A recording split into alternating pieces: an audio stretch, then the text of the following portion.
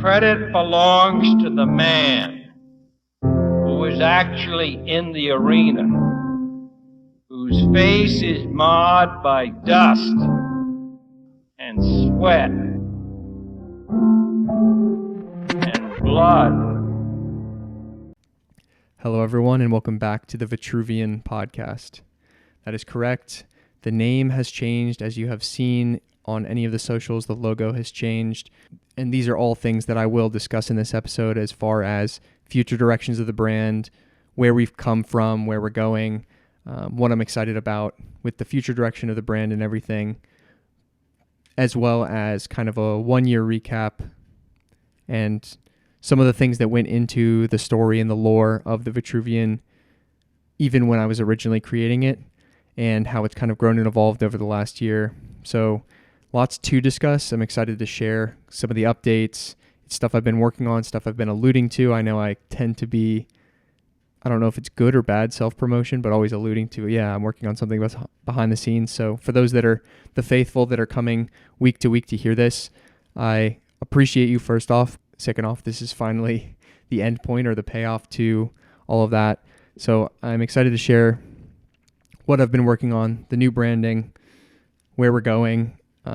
But before all of that, I think it's best to go back to where this all started, just about over a year ago now, when I was creating the brand, initially trying to find the namesake for the program and the podcast and everything.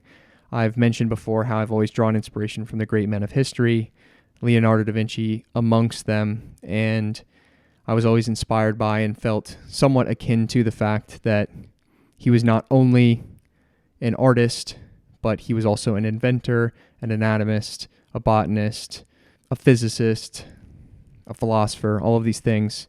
And he kind of created and truly engendered the term Renaissance man. And I've always similarly felt that I didn't have one specialty, or I never had one thing that was my thing. I was always a jack of all trades. And I think we live in a world that totes heavily and almost forces or encourages niching down, specialization, mastering one thing. And I have a tremendous amount of admiration for true mastery in a field, but I also think that the human experience is extremely broad. And if you're given a list of these interests, you should always pursue them and not pigeonhole yourself into a single label, a single career field, a single interest, but be as diverse and powerful as you can, because it is in that unique alchemy of all those things that you are interested in that is the highest level of your expression, because your list is different than my list, is different than the next person. And so figuring out what makes you unique in that combination of things that you find powerful and interesting is what can make your message so powerful. All that to say, originally taking the name from the famous sketch from Leonardo, the Vitruvian Man, with the man in the circle and the square, and beginning to run with it. And what was cool is the more I looked into the etymology, like where did the name come from, it kind of opened up this whole world where it turns out that the name Vitruvian comes from a famous Roman architect named Marcus Vitruvius Pollio, who wrote one of the most famous architecture books or texts at the time called De Architectura. Within that text, he talks about the human body being the principal source of proportion for building architectural buildings, as we see across a ton of Western chapels, basilicas, churches. They're often in this kind of cross shape, which is not only the crucifix in biblical Christianity, but also kind of a man with his arms outstretched. And he said that buildings have these three, what he deemed kind of Vitruvian identities: firmitas, utilitas, venustus, which is strength, utility, and beauty. And obviously, I think we can view the human body having a lot of those same attributes. And it was just really fascinating to find that there's a layer behind the name. And so when you arrive to the Vitruvian, I have had a ton of people ask, like, how did you come up with the name? It's so unique. I haven't seen anything like that. And I do think it has kind of that elevated sense of maybe mystery, maybe luxury, maybe just something that's very intriguing and not a common word you see in the lexicon, I suppose. And so in of itself, just the word is a very powerful piece of branding, but on top of it, to be able to have these layers And obviously I've built kind of the internal story to the program and the men that I work with, building out yourself as a Vitruvian man with 3 identities of philosopher, warrior, and artist. Philosopher being your philosophy of self, developing your mindset, breaking through limiting beliefs. Warrior, treating your body rigorously, having discipline in your diet, nutrition, training, etc. And then finally, artist, figuring out how you can be a creative force and figuring out what is your, as I call it, your Achilles advantage. It's like I was talking about at the beginning, your unique combination of skills, interests, even weaknesses. The name Achilles advantage comes from the fact that Achilles was such a potent and feared fighter in ancient times because he was super aware of his weak point. He became so deadly on the field because he had to protect, and he knew very acutely his one weak point. And so I think as people, when we truly have an extremely high level of self-awareness of our interests, passions, skills, competencies, strengths, weaknesses, etc., all of that combines to what your gift is to give to the world. And so that was kind of how the brand began. Obviously, I took kind of the complete name, the Vitruvian Man project for the podcast and then program. And that was great. You know, I loved especially building out that first logo, the logo that you guys know and love, the VM with kind of the pillars. I think that both the letter V and the letter M are extremely masculine, you know, harsh, sharp corners. So it always had kind of a presence to it, very strong. And I really do love that logo. I'll probably keep it in the background and maybe bring it back for projects in the future, because I do think it speaks to the brand. It has obviously the pillars, one of them being more formed than the other. I think even in that, there's a bit of a story talking about how we are kind of an unfinished project in of ourselves. We're always working towards total construction. And we will always be unfinished, and we're always iterating. So there's a lot of story elements. I think it stands on its own. It's aesthetically very pleasing, but I also recognize a few things when I wanted to step towards what we are now, the Vitruvian, realizing that the word man, for better or for worse, brings with it connotations, especially in the day and age we are in. And it's not something that I'm ashamed of at all. I'm proud and consider myself extremely blessed to be a man, but I also don't want on surface level to have the brand and the message that I'm trying to put out limited in any way by the perceptions of others and think that this is just another men's advice thing, red pill, dating, pickup, any of that. I just don't want to be associated with any of that stuff in the perception of the future audience that will come. And I don't know who's listening to this. Hopefully at this time, you know, it's going to be the time I release it. It's going to be the men and women that have been so loyal to me, and I appreciate you guys so much for coming week to week. This is, I suppose, all of the things that I've been alluding to in the past few weeks finally coming to fruition. I know I tend to drag out this tease of, I'm working on something. So this has been a lot of the rebrand that I've been working behind the scenes on, and I see an extremely high ceiling for myself, for this brand over a long time, including the podcast itself. And I wouldn't want to be limited in any way by continuing the name of the man. Second of all, it's also clunky, just the Vitruvian Man project, the Vitruvian Man podcast. It's a lot. And I think the Vitruvian is extremely clean. It brings more attention to the word Vitruvian, which I can pour story into. And secondarily, I worked with a good friend of mine, Axel, to help build the brand identity, the new logo, the fonts, the colors, all of the entire kind of brand identity for what the Vitruvian is stepping into. Extremely talented kid. If anyone is looking for kind of high-level luxury branding, message me directly and I can get you in contact with Axel. But when we were building it out, he had a good point that the truly great logos can be drawn or recreated by a child. Think of Nike, the swoosh. Any kid can write a check, and obviously it wouldn't be one-to-one with their exact logo, but they can recreate it, right? Apple is just an apple, and many of the great, prolific, iconic, timeless brands have these logos that are very simple, and so the letter mark being just the V is extremely powerful. There is kind of an Easter egg from where we got that kind of structure and proportion from, which if anyone can detect it, I'll be very impressed. I'm going to leave that as almost an Easter egg for maybe future when I get invited on podcasts to see if anyone can do their research and figure it out. But it comes from a lot of the things that I've been studying with ancient schools and traditions of wisdom. That's all I will say for that. But I think that the V alone is still extremely powerful, still extremely masculine. It commands kind of authority. It has a presence to it. And what's interesting is, as I was kind of thinking about preparing for this podcast, I was also looking at, what other words start with V, and the list, it's pretty cool how it all kind of ends up telling a similar story. And there's so many things, and I haven't really gone down the etymological rabbit hole on the letter V or words that start with V, but a couple of words that are also start with V and I think fit into the kind of brand stories like vision, victory, virtue. Obviously virtue being mentioned in the Vitruvian Manifesto, which I will get into here in a second.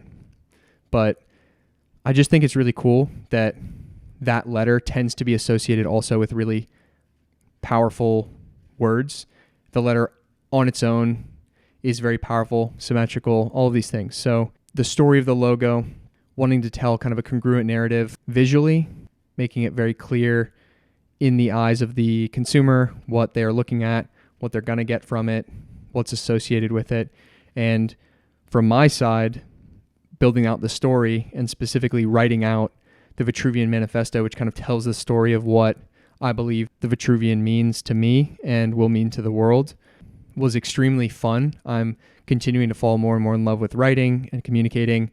And when I set out, it took me well over a week of dedicated, I would spend all my deep work sessions every morning for a week, just writing, rewriting, trying to create something that was timeless and prolific. And I hope this ends up being, and I imagine it to end up being something that is powerful. It stands on its own. Obviously, the website has a section for it. I released kind of that animated reel that I can either clip in here, which you'll hear, hopefully maybe even with the music, or I'll end up reading it. But before I clip it in and get to the actual manifesto itself, during the writing process, I kept up other tabs on my computer, and I think it's important to pay homage to the things that were super inspirational to me. I have always been extremely inspired by a number of these kind of stanzas, speeches, snippets, pieces of advertising. So the few that I had listed up, I've read on this podcast before the Holstein Manifesto.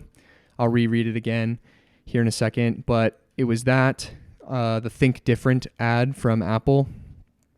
Every Angel is Terrifying, which is a speech by Rivetez that has then been turned into kind of a longer form video essay for the Praxis Project. And then, of course, the intro outro of this podcast come from the Man in the Arena speech by Theodore Roosevelt, which is another one that I was kind of rereading on repeat and just punching into my mind. And I would take these sessions and write and rewrite my thing, sometimes straying more into copies and derivatives and then, scrapping that because it needs to stand on its own, but just taking long walks, listening to these pieces of audio, and I guess just hammering it into my subconscious to then eventually create what I did that tells the story of what's going on, how I feel about the Vitruvian, what it stands for, what I hope it stands for in the eyes and minds of those that listen and come to it in the future. So the first piece that I'll read off is the Holstein Manifesto. I've mentioned it on this podcast before, but I believe the story loosely is that a couple of friends back in mid 2000s were stepping away from their full-time jobs to create some sort of online company. And in the process, they kind of sat down to write their manifesto as kind of an empowering piece for themselves, just internally, to hang up on the wall and point to is this is what we believe. When things get hard, we're going to point to this, whatever.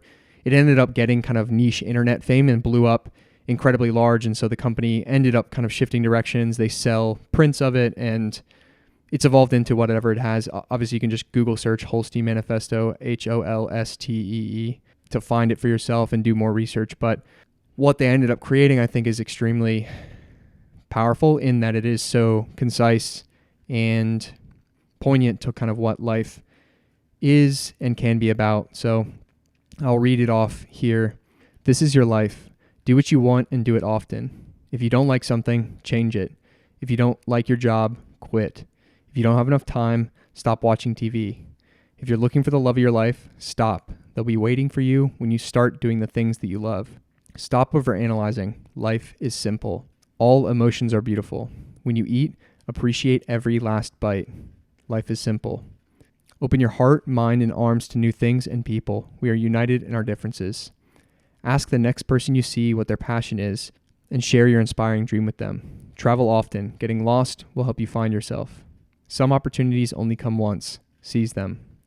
Life is about the people you meet and the things you create with them. So go out and start creating. Life is short. Live your dream and wear your passion. And I love that piece. And so that was what they created. So I had that on one of the tabs. The second was the Think Different ad, which I encourage you to Google search and like rewatch the original read by Steve Jobs. It has a visual component as well, which I would just clip in here in full, but I'd probably get copyright struck for the music at minimum, but definitely the visual. But I encourage you to look it up, and you probably will recognize some of the words. One of the biggest pieces of advertising or most successful advertising campaigns ever. It goes like this. Here's to the crazy ones, the misfits, the rebels, the troublemakers, the round pegs in the square holes, the ones who see things differently. They're not fond of rules, and they have no respect for the status quo. You can quote them, disagree with them, glorify or vilify them. About the only thing you can't do is ignore them. Because they change things. They push the human race forward. While some may see them as the crazy ones, we see genius. Because the people who are crazy enough to think they can change the world are the ones who do. I want to reread that last line. Because the people who are crazy enough to think they can change the world are the ones who do. It's crazy. Every time I read that or listen to that, I still get goosebumps. And, that last line, the words of Steve Jobs, the life of Steve Jobs, and so many of his prolific speeches, pieces of advertising are in my DNA in kind of an inextricable way. And something I forgot to mention is that, during the process of both writing this manifesto, but even the full rebrand at large, I was reading a book that got released recently by the Steve Jobs Archive called Make Something Beautiful. And it's kind of a collection of unreleased emails from Steve and in the story of building Apple across his entire career, even going back to the very beginning. I've read numerous books and biographies about him, but this was new. All of this stuff was unreleased, and I highly recommend it. It's free online on their website. If you just search Make Something Beautiful, it's on the stevejobsarchive.com or .org. And falling back in love with wanting to build something that stands on its own, that is prolific, truly beautiful. And I think that that's what the Vitruvian is, can be, and will continue to grow into, especially with this new branding. And it just truly excites me. I think also reading Rick Rubin and hearing a lot more about what his thoughts are on creation. You should create things that are beautiful in and of themselves, devoid of what you expect the outcome to be. It is very hard for me right now to even know what this will grow and develop into, but I want to make it amazing, beautiful, and good on its own so that it can stand regardless of whatever its outcome is, regardless of whatever the monetization vehicle down the road becomes, regardless of X, Y, and Z. On its own, it can stand on its own and tell a beautiful story. So that was the second one that I kind of had running in my ear and in my mind as I was writing out the manifesto. Every Angel is Terrifying, as I mentioned before. It's kind of too large it's like a 19-minute video essay. I encourage you to look it up on YouTube. Many kind of powerful turns of phrase in there, and I just think in combination with the music and the visuals, very impactful to myself. And that was one that I listened to probably 3 or 4 times in the week and a half, 2 weeks that I was really heavily kind of drafting out the manifesto itself. And then finally, of course, the Man in the Arena little speech or snippet from a larger speech from Theodore Roosevelt, which is, of course, the intro you heard. And I plan and continue to live with that intro and outro. It's emblematic of my larger worldview. I think it stands for what this podcast stands for. I think it sounds sick. I've gotten a ton of positive feedback from it, but I will read it here. It is not the critic who counts, not the man who points out how the strong man stumbles or where the doer of deeds could have done them better. The credit belongs to the man who is actually in the arena, whose face is marred by dust and sweat and blood, who strives valiantly, who errs, who comes short again and again, because there is no effort without error and shortcoming, but who does actually strive to do the deeds, who knows great enthusiasms, the great devotions, who spends himself in a worthy cause, who at the best knows in the end the triumph of high achievement, and who at the worst, if he fails, at least fails while daring greatly, so that his place shall never be with those cold and timid souls who never know victory nor defeat. It's another one that just brings me chills every time I read it. I have them right now. And it's so powerful. It reminds me a lot of the quote from Phil Knight. It's within the Shoe Dog book, founder of Nike, talking about that story. He has this quote, and I think he said it, years down the line. Once it was a successful company, someone was asking him about the story, and it went something like, "The scared or the afraid never started, and the weak died along the way." As far as the story of entrepreneurship, it's really powerful, and entrepreneurship being kind of a fractal or a microcosm of life at large, I think you have to take risks, dare greatly, enter the arena, make your face marred with dust and sweat and blood. Otherwise, you will be one of those timid souls who don't know victory or defeat. Life is able to be lived and should be lived, in my opinion, on the endpoints of the experience. Tremendous loss and tremendous wins. That's the colorful existence that we are blessed to have the choice to opt into. And I think that when we choose the middle of the road, when we choose mediocrity, when we choose the path that is laid before you as the default. I just wrote a piece about this, but it's kind of death by 1,000 cuts.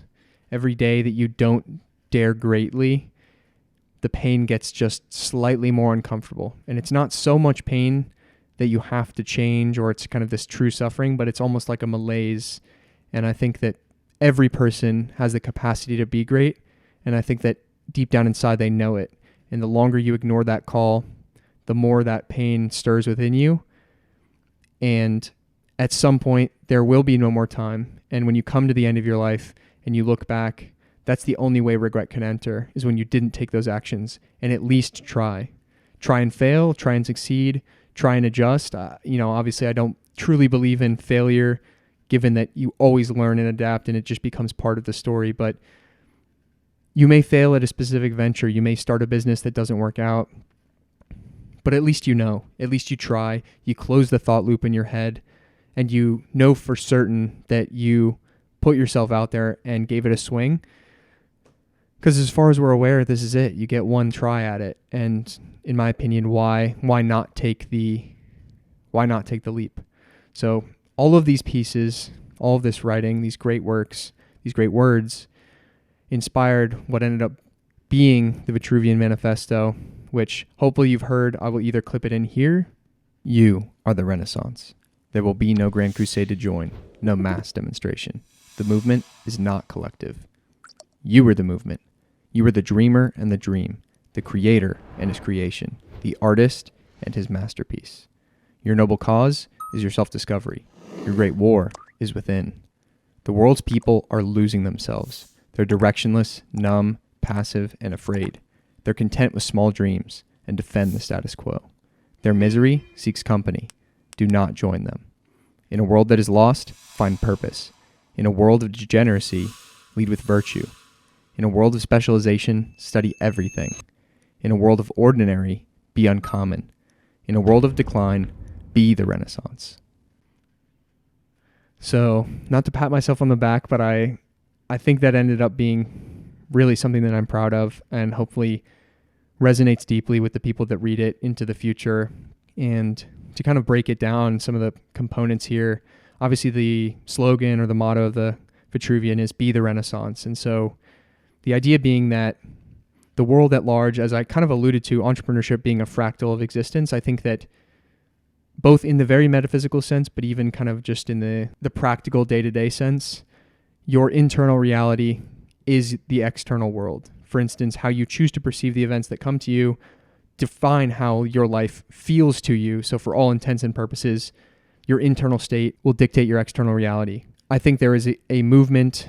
Obviously, you're listening to this because you're into improving yourself, getting the most out of life, getting the most out of yourself and the experience that you have here. And I think a lot of us would be ready to sign up for a Renaissance movement, some sort of grand demonstration, some sort of large movement where we could check a box and say, I believe in a better tomorrow. But the truth of the matter is that The movement isn't collective. There will be no mass demonstration. You can't sign that list. You have to just do the work for yourself, and the world will reflect it. If enough people take the internal journey, that's how we get a mass movement of individuals collectively. And why I think that everyone is equally capable and powerful is that we're all part of this human experience. The collective intelligence, collective consciousness, infinite intelligence, the universe, created in the image of God, whatever words work for you and your belief sets, I think it cannot be overstated how powerful you are and can be. And it's only when you accept the limitations of others and the story you tell yourself that you then become limited. A great book about this is The Four Agreements. I've mentioned it before.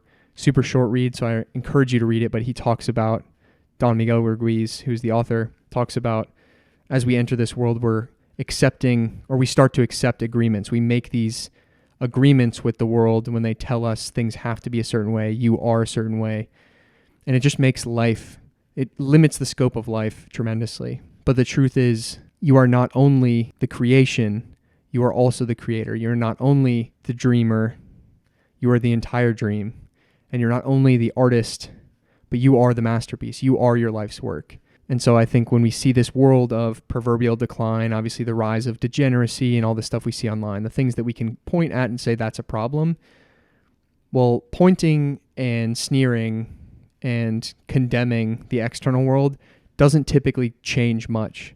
But if we lead with virtue, if we go into the internal world and become so undeniable in whatever the pursuit is for us, it may be a great partner, it may be a great teacher, it may be being a parent who is present physically well, that can lead so much by example that the people around you start to ask. The truth of the matter is nobody wants to be told how to do anything. You have to lead people to get to the place where they're curious enough and then say, hey, like, why are you eating that? Or why do you always focus so much on what you say? Or I notice you're always reading. What are you reading? What's a good book you recommend? I've always kind of wanted to do that. Or I heard you meditate. Like, what's that practice like? It's these little types of things that if you continue to lead a life that is so undeniable that people begin to become curious for themselves, that's how we can let people into the world and kind of spread the quote unquote movement. And the movement, again, is not this like grand thing. There are many of you listening that aren't going to enter a place where you're making content, you're putting your face on the internet into the world for X amount of people to see in the future. That's fine.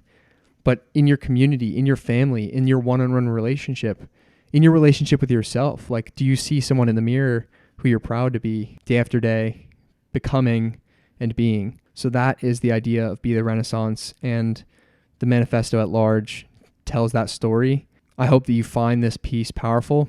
It'll be exciting to see what it carries into in the future. But for the time being, as it stands, even as I'm recording this before the world knows about it, it's something that I'm proud of. I think it stands on its own. It is art for art's sake, and I can't wait to see what the world thinks of it.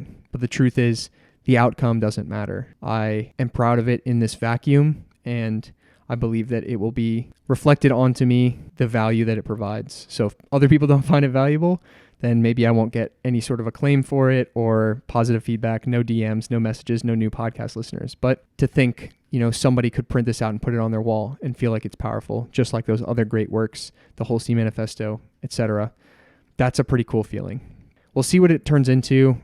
I'm just really excited to put something like this into the world, something that I'm truly proud of, something that I took the time to work on. With all of this new brand direction and the Vitruvian podcast, you're obviously familiar. If you're a listener, I have these 3 closer questions. One of the 3 being, in your eyes, what defines being a man? And that was kind of the first of the 3. Obviously, stepping away from the Vitruvian Man podcast, I want to kind of rebrand these closer questions. I do like the other 2. If you could go back to a younger version of yourself and tell him or her one thing, what would that be? And then what is a quote that's always stuck with you that you try to live by? Huge quote person. Words matter a lot. So I'm going to keep those 2. I'm going to retire the what defines being a man. I went back, and this is going to be episode 44. Obviously, I've done solo episodes before. I think it's probably it's 20 to 30 of the 44 were guests. I went back and listened to all those answers and kind of the resounding answer for what it means to be a man. Some of the high-level ones that stuck out from everybody as kind of like a summary are a man of your word, which is kind of, again, almost brings chills because there's so much that I talk about not only standing up for things, but the power of words themselves. And then to think that in the minds of many people, men and women alike, the definition of a man is being true to what they say. I think that's really, really powerful in kind of a very transcendent way. So being a man of your word, honesty, integrity, provision was another one, being able to provide competently for the people in your life.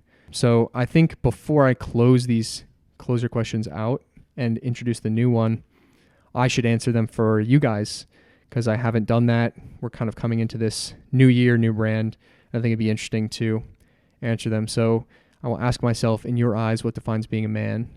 The answer that I've kind of had from the beginning and has only been affirmed by the answers of others is a man is in control of the situation, control of the environment around him, and most of all, in control of himself, his urges, his emotions, and his internal world. I think that is what defines being a man. In my eyes, it's what defines the masculine, the energy of the masculine, order, structure, control. And I think that when you tie in all of those other things, it kind of creates an umbrella for what it means to be a man, especially with the control of the internal world, because it brings in all of those things about being a man of your word, controlling the words that you say in the first place, providing for the people around you. So that would be my answer. Second is, if you could go back to a younger version of yourself and tell him one thing, what would that be? It's been, obviously when I wrote these questions a year ago and then started throwing them out, I kind of was, of course, internally prompted to be like, oh, what if somebody asked me these questions? So it's been the same. I continue to revisit it to see if it would change, but I don't want this to sound in any sort of way, but it is the truth of how I would answer that. I would say two things. One is keep going. I am proud to say and grateful to say that the younger versions of myself leading to who I am today, he didn't make a lot of missteps, mistakes. That's obviously a blessing of the lessons I've learned through books, the mentors I've had in my life. I'm a culmination of all of those things. So eternally grateful for the world that has guided me to where I am now. And there have obviously been times, especially in the last year with this entrepreneurial journey, is it going to work out? What's going to happen? I don't know how to do X, Y, and Z. You're kind of taking shots into the dark and you don't know. And the truth is, you just need to keep going. You're on the right path. So that's what I would say to him, one. And then two, for that really younger version of myself, know that you are worthy of love and you don't have to achieve or become anything to become worthy of love. You just have to be. So that's what I would say to a younger version of myself. And then what is one quote that has always stuck with you or that you try to live by? I have so many quotes. If anyone is interested, you can go to the Vitruvian website, join the community for free. I have like a quote log in there that is like all of the quotes I've collected over my life, as well as the ones that are submitted by other guys that are in there. But one that has stuck out, I've referenced it many times on the podcast over the last few months, is the David Data quote. And that quote is, "You are born as a sacrifice, and you can either participate in that sacrifice, dissolving into the giving of your gift, or you can resist it, which is your suffering." The more and more I'm working with trying to figure out, what is my gift to give to the world and helping other people find that, which I believe is my purpose. I was going back to, I heard this thing recently from Naval Ravikant, who's a thinker that I have tremendous respect for. And he said that people tend to live up to their names. And I've always critiqued and been judgmental of the fact that I was named Zach. I just thought it was very very like normal white kid name. But I'd never looked up, or hadn't in a very, very long time looked up what the name Zachary means. And so I heard that quote from Naval and I was like, it's interesting. Like, I wonder what my name means. And I wonder if I lived, quote unquote, up to that, or I'm living up to that identity. It literally brought me to tears because Zachariah, the biblical kind of root or whatever, means the Lord has remembered. And Shankin, my last name, means to give a gift. The Lord has remembered to give a gift. I mean, unbelievable that I find myself inspired by these great men, working in a space where I'm trying to give my gift, trying to help others find theirs. This quote comes into my life in the last year. And then I hear that quote, I hear that thing from Naval, I look it up, and then I'm just floored, absolutely floored with that. And so never again will anyone hear me criticize or critique the fact that my name is Zachary and Zach, because the Lord has remembered to give a gift. And I look at my life as that sacrifice, and I'm participating in it, giving my gift as best as I can to avoid the suffering of its resistance. And hopefully the words that I say are impactful enough to help other people get to the place where they're comfortable to give theirs, whether it's a DM, a single Instagram post, a podcast, working with me directly in my program and the work that I do. I already know the men that I've worked with directly, their lives have been changed in small and great ways because of the work that I've done, the words that I've said, the time that I've spent with them. So my life is forfeit.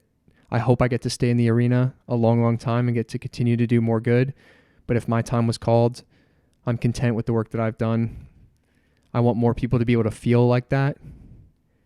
And so that is why I continue to stay in the arena and do what I do.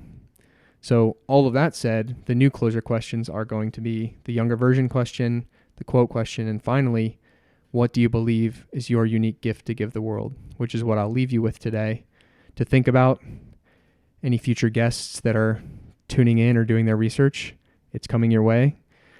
And I want to thank you guys for everything, for now over a year of support and what will be, God willing, decades of exciting, meaningful, fulfilling work and projects to come.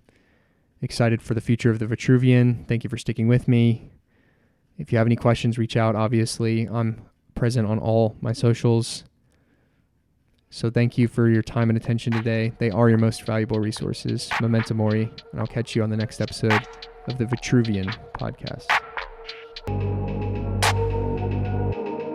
And if he fails, at least fails while daring greater, so that his place shall never be with those cold and timid souls who know neither victory nor defeat.